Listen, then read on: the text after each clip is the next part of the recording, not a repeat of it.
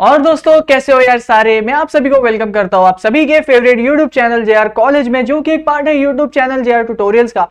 दोस्तों मेरा नाम है गौरव मुंद्रा और मैं कॉमर्स के जो 11th एंड 12th के बच्चे हैं वो सभी को एसपी एंड ओसीएम पढ़ाता हूं। और दोस्तों ये लेक्चर जो है मैं आप सभी के लिए 12th एसपी के स्टूडेंट्स के लिए ये लेक्चर में लेके आ चुका हूं।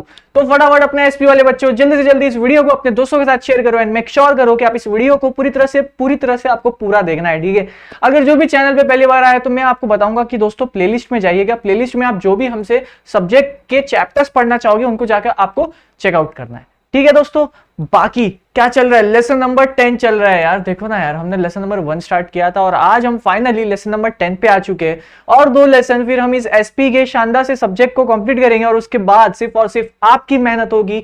आपको रिवाइज करना होगा, आपको नोट्स बनाने होंगे, आपको रिवाइज प्रैक्टिस करनी होगी। और इस एसपी के सब्जेक्ट में आई होप आप लोग 12th बोर्ड्स में ऐसा आग लगा के आओगे, ठीक है। पक्का प्रॉमिस करते हो भाई कि आप पेपर में आग लगा के आने वाले हो।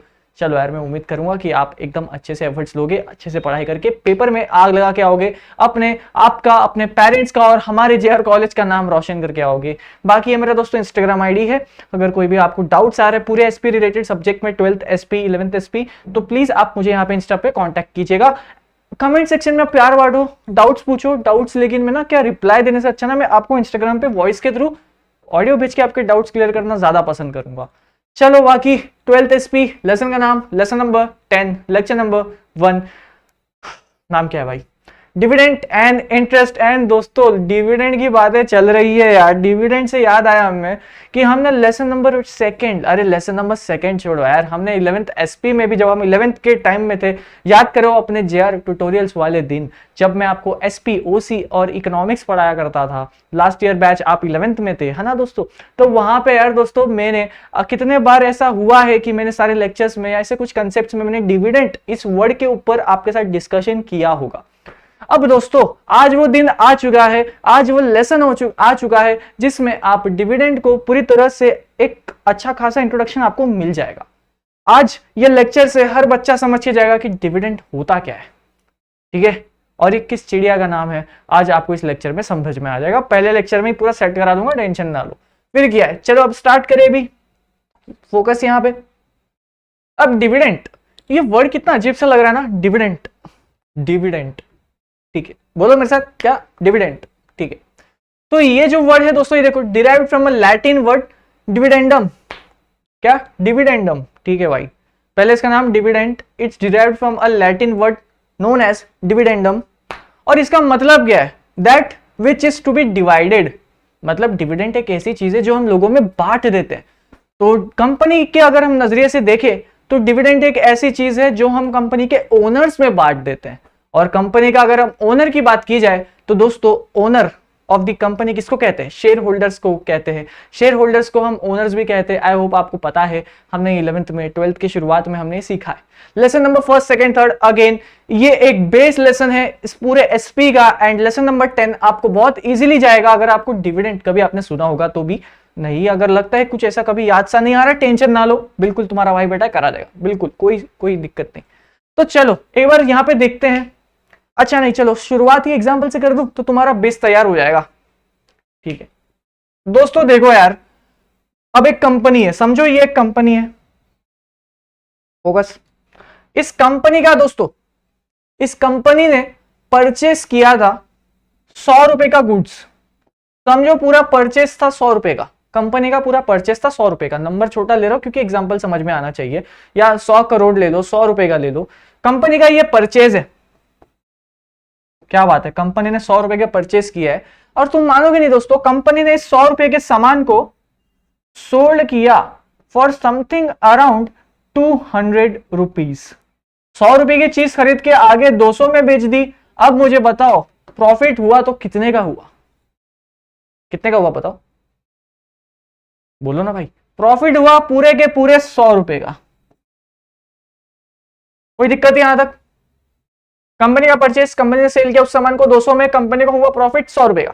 कोई दिक्कत यहां तक? नहीं ना। चलो अब ये 100 रुपए अगर कंपनी के कंपनी जो चलाते हैं लोग, है ना, कंपनी चलाने वाले, वो अगर बोले यार ये 100 रुपए का जो हमें प्रॉफिट हुआ है, इस 100 रुपए का प्रॉफिट मैं 80 तो घर ले जा रहा हूं, मुझे 80 भाई घर पे चाहिए, ये 80 तो मैं घर ले जा रहा हूं और बाकी 20 जो बचा ये हम बिजनेस में डाल के बिजनेस को नेक्स्ट ईयर चलाएंगे।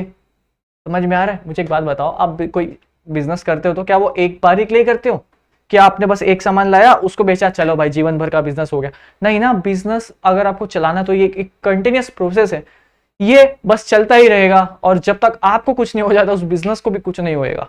ठीक है? और अगर एक कंपनी है तो वो एक परपेचुअल सक्सेशन है, इसका नेवर एंडिंग है, इट स्टेज फॉर एवर। जब तक आप उस कंपनी को बंद नहीं कर देते, आरओसी के पास खुद जाकर बोल के कि भाई सुना आरओसी कंपनी बंद करना है मुझे, वो कंपनी की मौत तभी ही होगी। ठीक है?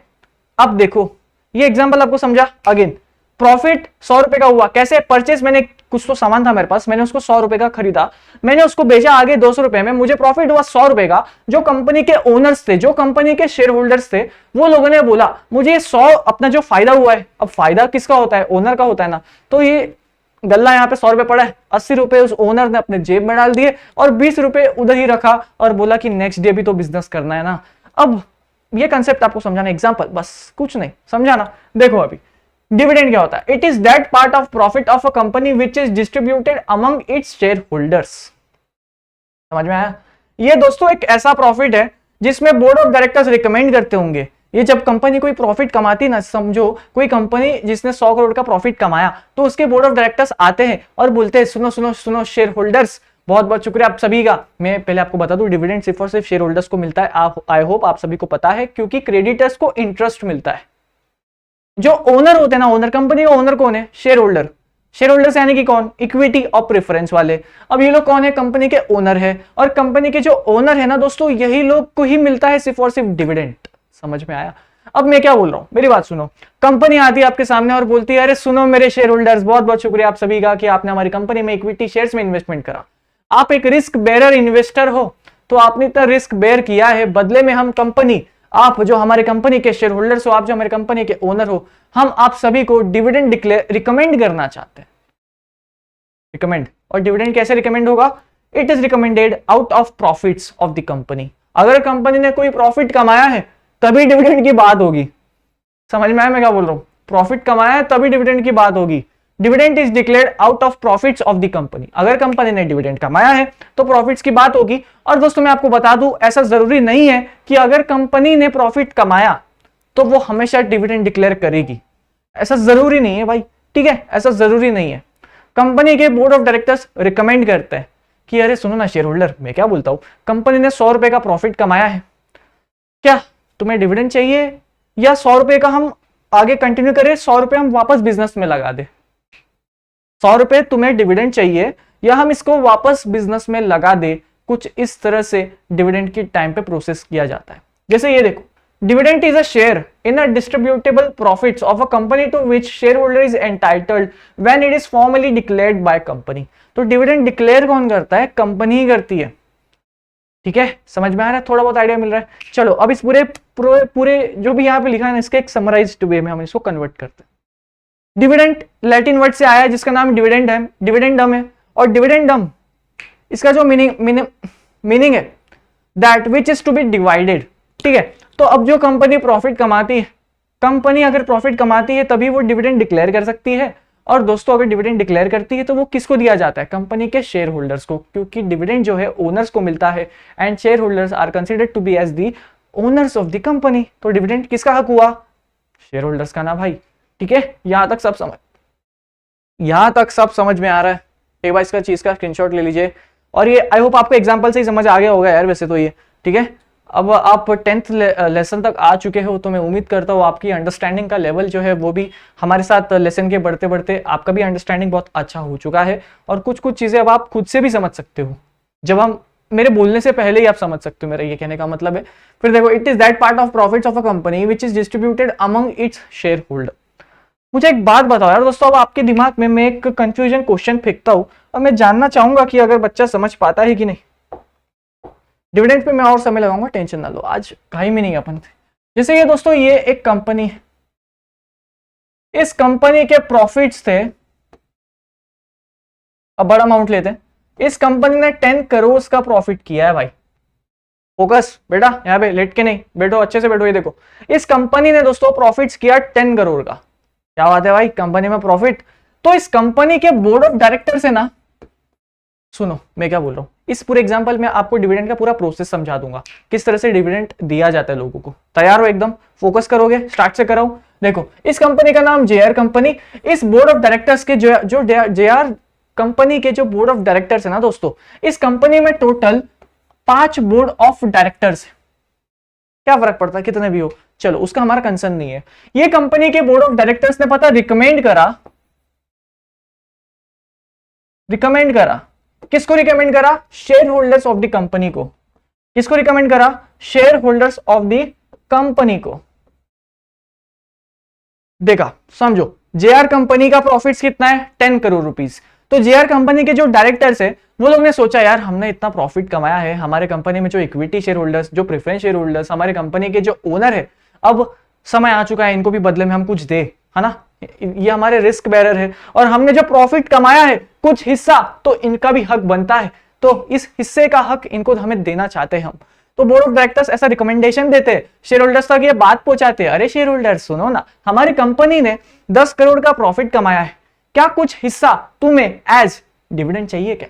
मुझे एक बात बताओ, शेयर होल्डर्स को तुम पूछोगे कि उसको डिविडेंड चाहिए तो कोई शेयर होल्डर मना करेगा क्या, नहीं मना करेगा ना भाई, उसको तो एक काइंड ऑफ रिटर्न हो रहा है, डिविडेंड तो उसके लिए एक प्रॉफिट है। जैसे मैं आपको बताऊं, समझो ये एक शेयर होल्डर है, ठीक है, अगर इस शेयर होल्डर के पास कंपनी का एक शेयर है, इसके पास कंपनी का एक शेयर है और ये एक शेयर की कीमत 100 रुपए है, बस ये सिर्फ 100 रुपए का मालिक है कंपनी में।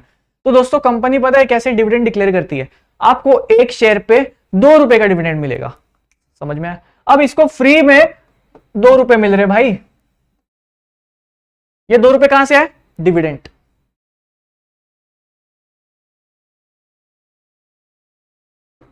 समझ में आया मैं क्या किया, ये एक शेयर होल्डर था, इसके पास एक शेयर था, उस शेयर की वैल्यू 100 रुपए की थी। अब कंपनी ने बोला जिस जिस इंसान के पास एक एक शेयर है हम उसे 2 रुपए एज ए डिविडेंड देंगे, तो इसको डिविडेंड अब मिल गया 2 रुपए। तो अब इसके पास टोटल कितने रुपीस होंगे, 100 ही होंगे, पर डिविडेंड के भी तो 2 ऐड करूंगा ना मेरे भाई, समझ में आ रहा है क्या किया मैंने। अब इसके पास 100 रुपए तो कंपनी में है ही, लेकिन इस 100 रुपए पे इसको 2 रुपए का फायदा हुआ जब कंपनी डिविडेंड डिक्लेयर करती है। चलो अब देखो, बोर्ड ऑफ डायरेक्टर्स जेआर कंपनी के रिकमेंड करेंगे, अरे सुनो ना शेयर होल्डर्स, मैं क्या बता रहा हूं, तुम लोग कैसा हालचाल तुम्हारा, बढ़िया एकदम। अपनी कंपनी ने ना दोस्तों प्रॉफिट्स अर्न किया है यार, और प्रॉफिट्स अर्न किया है तो हमारी कंपनी जो है वो सिर्फ और सिर्फ तुम्हारे लिए चाहती है कि हम डिविडेंड डिक्लेयर करें आउट ऑफ प्रॉफिट्स। तो बोर्ड ऑफ डायरेक्टर्स रिकमेंड करते हैं शेयर होल्डर्स को कि सुनो, क्या ये 10 करोड़ में से 5 करोड़ हम तुम सभी को, तुम जितने भी शेयर होल्डर्स हो, तुम सभी को क्या हम डिविडेंड डिक्लेयर कर दे। अब इसमें जो शेयर होल्डर्स होते हैं ना कंपनी के, by passing a special resolution, votes 75% मोर से अगर कंफर्म हो जाता है तो डिविडेंड डिक्लेयर हो जाता है, समझ में आया। और एक बार डिविडेंड डिक्लेयर हो गया तब आप ऐसे नहीं बोल सकते अरे मैं तो मजाक कर रहा था भाई, कंपनी में प्रॉफिट ही नहीं है, मैं तो मजाक कर रहा था, है ना। वो देखो कैमरा आपके साथ प्रैंक हो रहा है, आपके मोबाइल पे वो पीछे देखो एकदम टॉप में कैमरा दिखेगा आपको, हाँ उसमें हाई करो, हाई प्रैंक हो रहा है आपके साथ। मैं क्या बता रहा हूं, अगर बोर्ड ऑफ डायरेक्टर्स ने एक बार बोल दिया ना कि हम डिविडेंड डिक्लेयर करेंगे तो उनको करना ही पड़ेगा। अब चाहिए कंपनी में प्रॉफिट हो ना हो, तुमने बोला काहे को भाई, मजाक चल रहा है ये कोई, नहीं मजाक चल रहा है, मजाक तो नहीं चल रहा।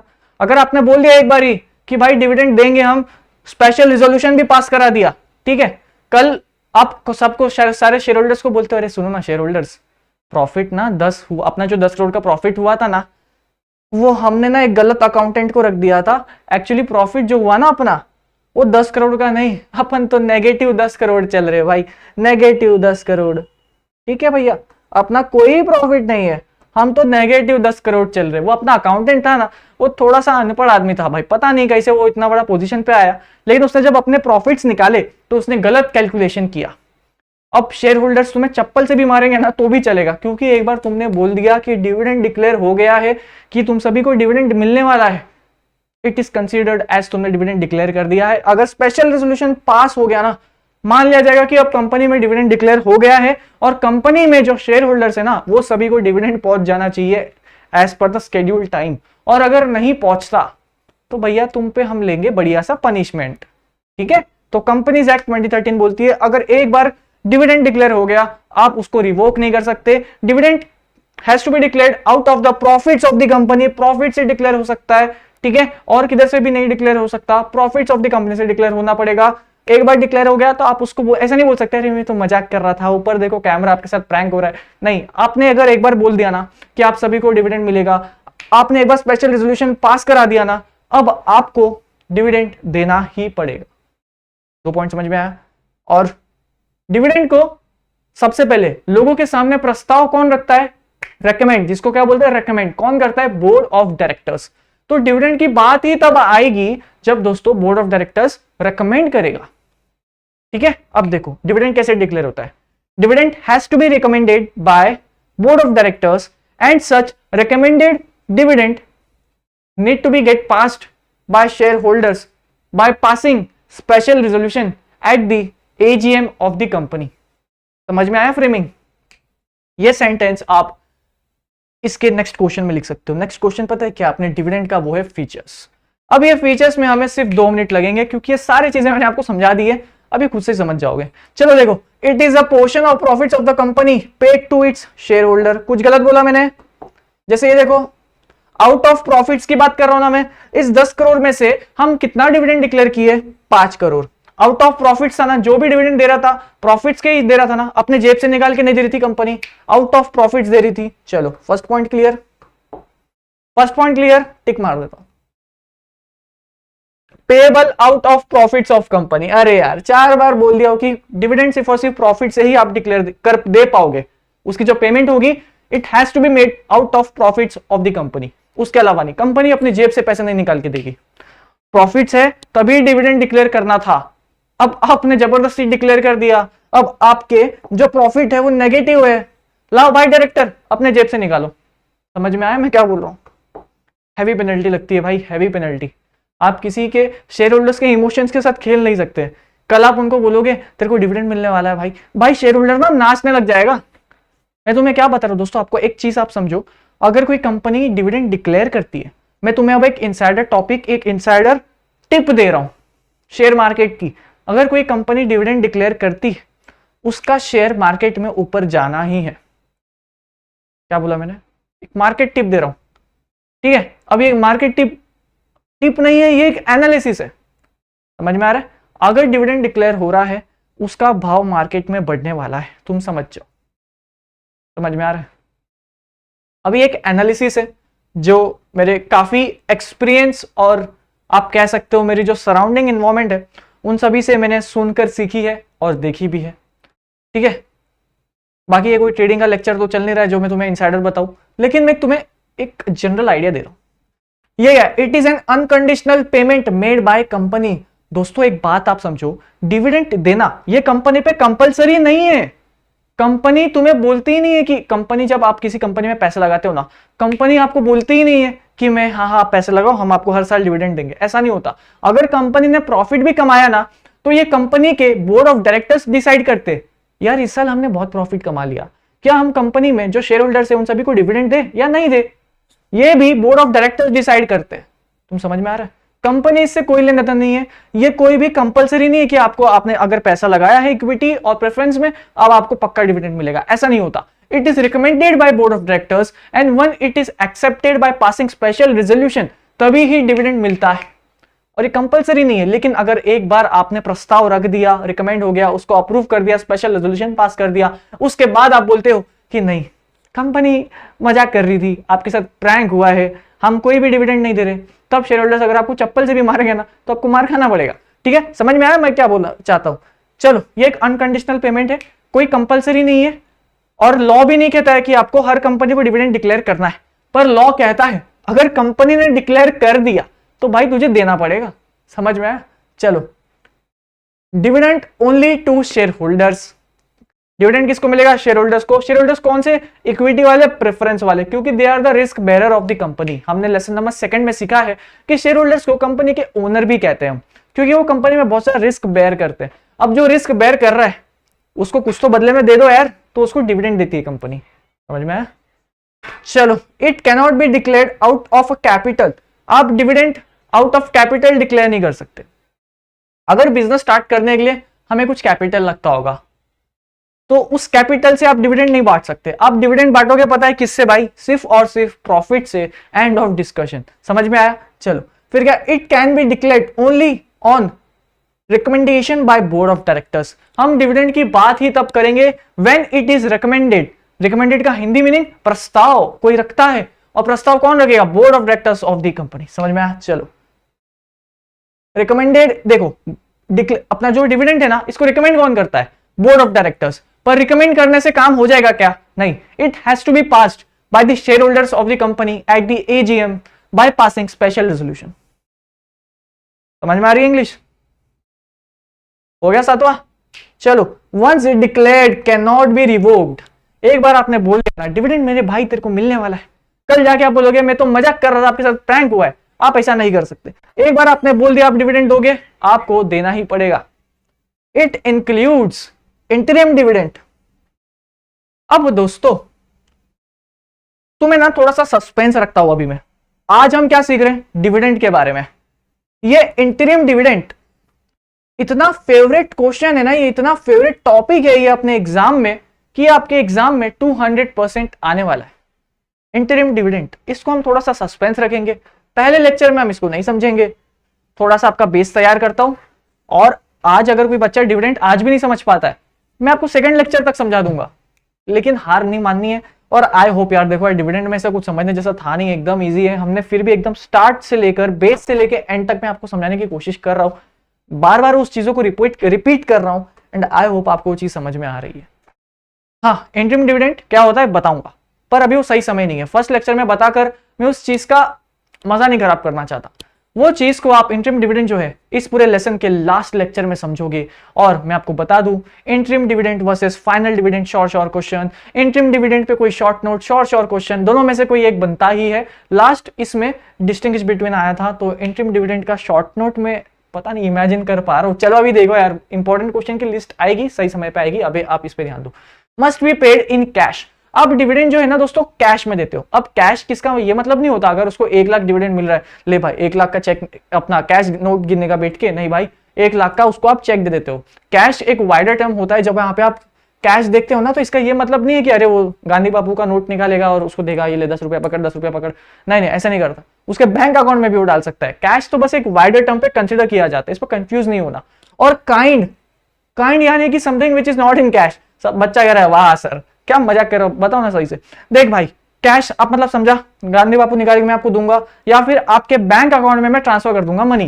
काइंड में अपन पता है क्या, आप ऐसी कुछ चीज जो उसको आप बदले में कुछ दे रहे हो। जैसे मेरे पास एक कंपनी के 100 शेयर्स थे, ठीक है, कंपनी मेरे पास टाटा के 100 शेयर्स थे, तो कंपनी ने जो बोला जिसके पास भी कंपनी के 1 शेयर है उसको कंपनी इतना इतना कुछ रुपए देगी। तो दोस्तों आप मानोगे नहीं, मेरे पास टाटा के 100 शेयर्स थे ना, तो वो 100 शेयर्स पे करीबन 15 से 20 लाख रुपए का डिविडेंड बन रहा था। तो मैंने टाटा में कॉल लगाया, अरे सुनो ना यार टाटा वालों, मेरे पास आपकी कंपनी का 100 शेयर्स है। मैं क्या बोलता हूँ ना, मेरे को ना भाई सुनो ना यार, मेरी बात सुनो यार, तुम मेरे को 15 लाख दोगे ना? 15 लाख नहीं चाहिए मेरे को, तुम मुझे 13 लाख की एक बढ़िया सी कार दिला दो यार प्लीज। ठीक है, आप ऐसा नहीं कर सकते। आपको मिलेगा पैसा तो वो सिर्फ और सिर्फ कैश में मिलेगा। आप उसके बदले, कैश के बदले कुछ आप चीज काइंड में नहीं मांग सकते। अब यहां पे मैंने उससे जो कार मांगी, कार ये क्या थी? काइंड। समझ में आया? मैं उससे कुछ प्रॉपर्टी मांग रहा हूं, मैं उससे कुछ पेपर मांग रहा हूं, मैं उससे कुछ डॉक्यूमेंट मांग रहा हूं, ये सब और सब कुछ काइंड में आ जाएगा। आपको सिर्फ और सिर्फ जो पेमेंट होगी ना, सिर्फ और सिर्फ कैश की होगी। अब कैश मतलब 10 रुपए का नोट में उसको इतना देते रहूंगा, नहीं। बैंक में भी पैसे आ गए तो उसको कंसिडर किया जाता है। चलो फिर dividend is to be paid on paid up value of shares. Paid up value of shares पे ही दिया जाता है। अगर आपके पास कंपनी के 3 शेयर है तो आपको 3 शेयर के ऊपर डिविडेंड मिलेगा। पेड अप वैल्यू इसको कहते हैं। ठीक है, एक और, dividend can not B paid on calls paid in advance. मैं आपको क्या बता रहा हूं, आपके पास कंपनी के 3 शेयर्स थे, कंपनी का एक एफपीओ आ रहा था, फर्दर पब्लिक ऑफरिंग, उसमें आपने कंपनी के और 3 शेयर्स खरीदे। ये आपके पास ऑलरेडी है ऊपर वाले, ये आपने खरीदे हैं और आपने एडवांस में ही सारा पेमेंट दे दिया है। अब तक आपके पास भी आया नहीं है, अभी मार्केट में इसका काम चल रहा है, मार्केट में एफपीओ आ रखी है, अलॉटमेंट होना बाकी, सब कुछ होना बाकी। इस बीच कंपनी अगर डिविडेंड डिक्लेयर करती है, भले ही आपके पास 6 शेयर्स हैं और 3 शेयर्स तो आपने एडवांस में खरीद रखे जो नेक्स्ट एफपीओ आएगा। फिलहाल तो आपके पास 3 शेयर है ना, आपको 3 शेयर के ऊपर ही डिविडेंड मिलेगा, एक्स्ट्रा 3 पे नहीं। समझ में आया? चलो, तो इसी के साथ ये क्वेश्चन को हम एंड करते हैं और आई होप आप सभी को डिविडेंड क्या हुआ ये समझ में आया। यार प्लीज कमेंट सेक्शन में बताना कि आप सभी को कमेंट सेक्शन में बताना, क्या बोल रहा हूँ, कि आपको डिविडेंड समझ में आया नहीं। मैं बहुत ज्यादा क्या बोलते हैं उसको, एक्साइटेड हूं मैं आप सभी के कमेंट्स को देखने का कि हाँ भाई आपको समझ में आ चुका है डिविडेंड क्या होता है। दोस्तों ये आपके प्यारे से भाई का इंस्टाग्राम आईडी, जो भी डाउट प्लीज यहाँ पे आप मुझे कांटेक्ट कर सकते हो। डिविडेंड नहीं आया समझ में, मैं एक बार वापस वॉइस के ओवर थ्रू आपको समझाता हूँ कि क्या होता है डिविडेंड। एक नहीं आ रहा समझ पे, एक बार वापस देखो, आपको समझ में आएगा सब कुछ, टेंशन ना लो। इस एग्जांपल पे हमने बहुत मेहनत करी है, ये एग्जांपल से ही आपको पूरा डिविडेंड का कंसेप्ट क्लियर हो जाएगा। और अगर समझ में आया तो प्लीज कमेंट सेक्शन में बताना कि समझ में आया। बाकी ये क्वेश्चन एग्जाम में आता है, फीचर्स ऑफ डिविडेंड, आपको कुछ इस तरह से ही लिखना है, minimum 8 points, maximum 10 points, time permit करता है तो 12 के 12 लिख के आ जाओ। ठीक है, minimum 8 points, maximum 10 points, time permit करता है तो 12 के 12 लिख कर आओ। बाकी कोई 6 पॉइंट नहीं लिखेगा, 6 लिख दिया तो तेरे 0 है भाई, 0 इन द सेंस 5 में से 2 मार्क 3 मार्क मिलेगा, उससे ज्यादा नहीं मिलेगा। ठीक है, चलो यार दोस्तों इस वीडियो को मैं यहाँ पे एंड करता हूँ, मिलता हूँ सभी से लेक्चर नंबर 2 में, लेसन नंबर 10 के। तब तक अपने भाई को याद रखना, अब ये लिंक वीडियो की आपको क्या करना है, दोस्तों के साथ शेयर करना है, इसको बार बार रिपीट पे देखो, रिवाइज करते रहो सब कुछ। अगर आपको फिर भी एक बार रिकॉल नहीं हो रहा तो, और अगर फिर भी कोई समस्या, आप मुझे इंस्टाग्राम पर कांटेक्ट कर सकते हो। आपका भाई इंतजार करेगा आप सभी के प्यारे प्यारे कमेंट्स का। मैं इस वीडियो को यहाँ पे एंड करता हूँ, मजे करो, पढ़ाई करो, मिलता हूँ आप सभी से अगले लेक्चर में।